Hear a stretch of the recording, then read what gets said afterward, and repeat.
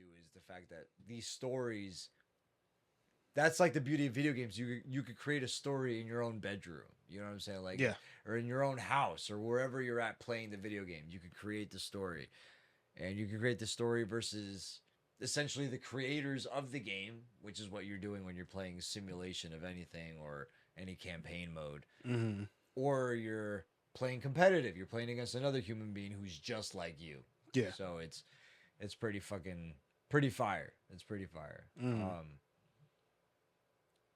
I will say one of the things that I did want to touch upon also is what do you think of the evolution of the culture of the Smash Bros culture? Because again, like I left it off several years ago prior to COVID. So things like COVID, I'd imagine had a huge impact on the culture of Smash Bros.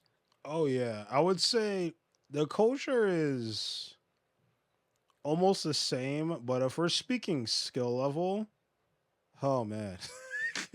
And do you think it's because COVID, everybody was also stuck inside as well? Like, Absolutely. I have a prime example. Shout out to Quid. So Quid, he was I don't even remember his results beforehand, but it's one of our star players in Westchester. Um Actually, to be honest, probably the best Pokemon trainer in the world, oh shit, if not top 3, top 5 minimum. But starting off, I didn't even know who the heck the kid was. fucking a. Did not know who he was until like quarantine and like after. But during quarantine and and a lot of other players, but I'll get into them later. I definitely want to talk about Quid. He's a homie.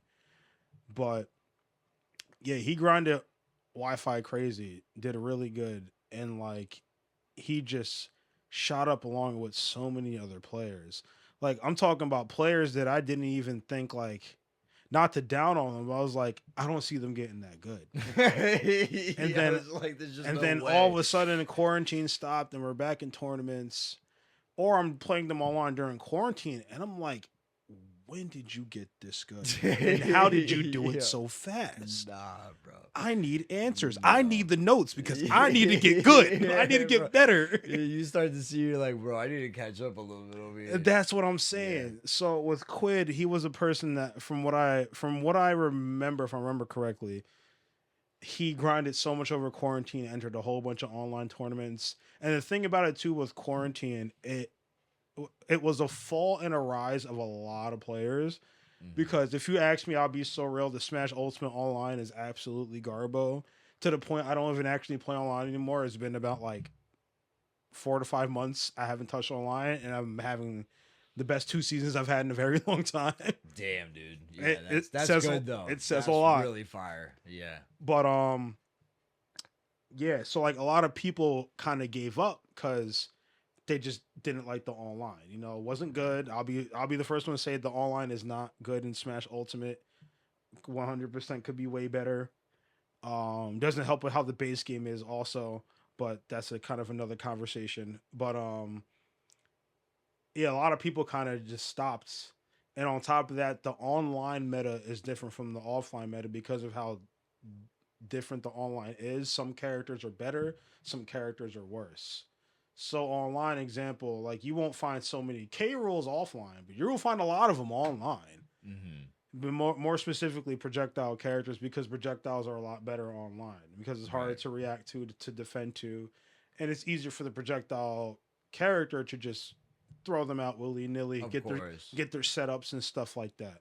Right. But yeah, but back to Quid though, like again, he was definition of for sure a rising star from what I can remember.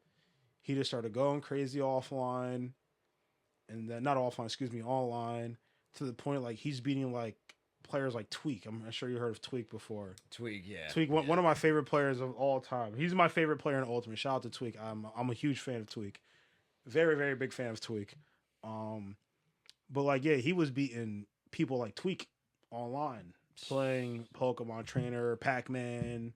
I feel like there's another character he played, but he was doing work. Right, right. The kid was doing work, and then I want to say it was a major in either 2021 or 2022. He won a major Damn. in New York City. Let's make big moves. Again, I forgot. I don't remember if it was 2021 or 2022, but that made one of the Smash histories, if I remember correctly, because his seating in the bracket wasn't crazy. Because no one expected this kid to come and just freaking win a major and beat the people that he beat in a very good fashion at that too. Right, right. So like I believe his seed was like, I don't even remember the number, but again, like I don't even think he was seeded to make like top 32, top 48, Fucking A. top 64. So it was a big upset on a lot of It was games. upset on upset on upset, one after another after another. And mind you, I believe he went it through winners. He didn't lose the set.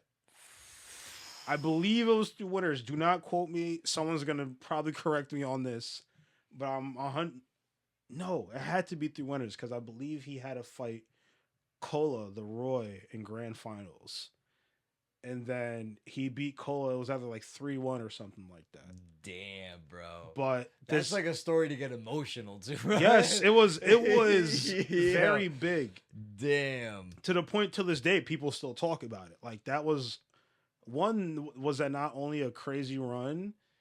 It was just so unexpected. Wow.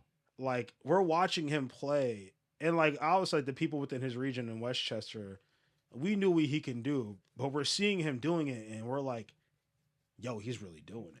Like this guy, Yo, he's about to go all the way. he's really doing it. Yo. And we're like, "Yo, Quid, let's go! Like keep that up. It's lit." Yeah, let's Like go. yeah, so like the whole Westchester scene was hype for him, and even then, like he made a whole bunch of fans just from that day, as you can Wow. probably imagine. Of course, right? If you're doing upset, how we were talking about earlier, like people love the underdog. Like, Yes. that's not like an uncommon thing. Exactly, and this was also during a time too where Pokemon Trainer was like kind of falling off. People were like feeling less about the character. People thinking the character was falling off. Which do not get me wrong, that character is still very good. Please do not ever underrate that character. I don't care what you Right. say. That character is still mad good. But yeah, so that was a time too where people were kind of losing faith in Pokemon Trainer. Like he was falling off in the meta. Okay. And then Quid not only was just, I wouldn't say some random dude, but in a sense, in the eyes of a regular average Smash player, just some random kid came out of nowhere and won a major with Pokemon Trainer that no one's really ever heard of like that. And it was nuts. Like, and I'll never forget, like, I'm watching this live. I'm at the event, mind you. Yeah. And I'm watching it like, yo, this guy, he's playing so good. Like, I'm watching him play, the call outs he's doing and everything. Like, he's making these top players look dumb. Like, actually, like, I'm watching it. I'm like, yo, he's making like a nightmare, bro. like, I'm watching him and I'm like, it's as if he was the top player this whole time, the way he's playing against them and beating them. And I'm like, yo, this guy's going nuts. He's going crazy. But yeah, the quarantine, it gave a rise to so many players, but one of the many players that you can for sure specifically highlight was Quid. And he is just, that guy is crazy, man. Dude, Like, that shit is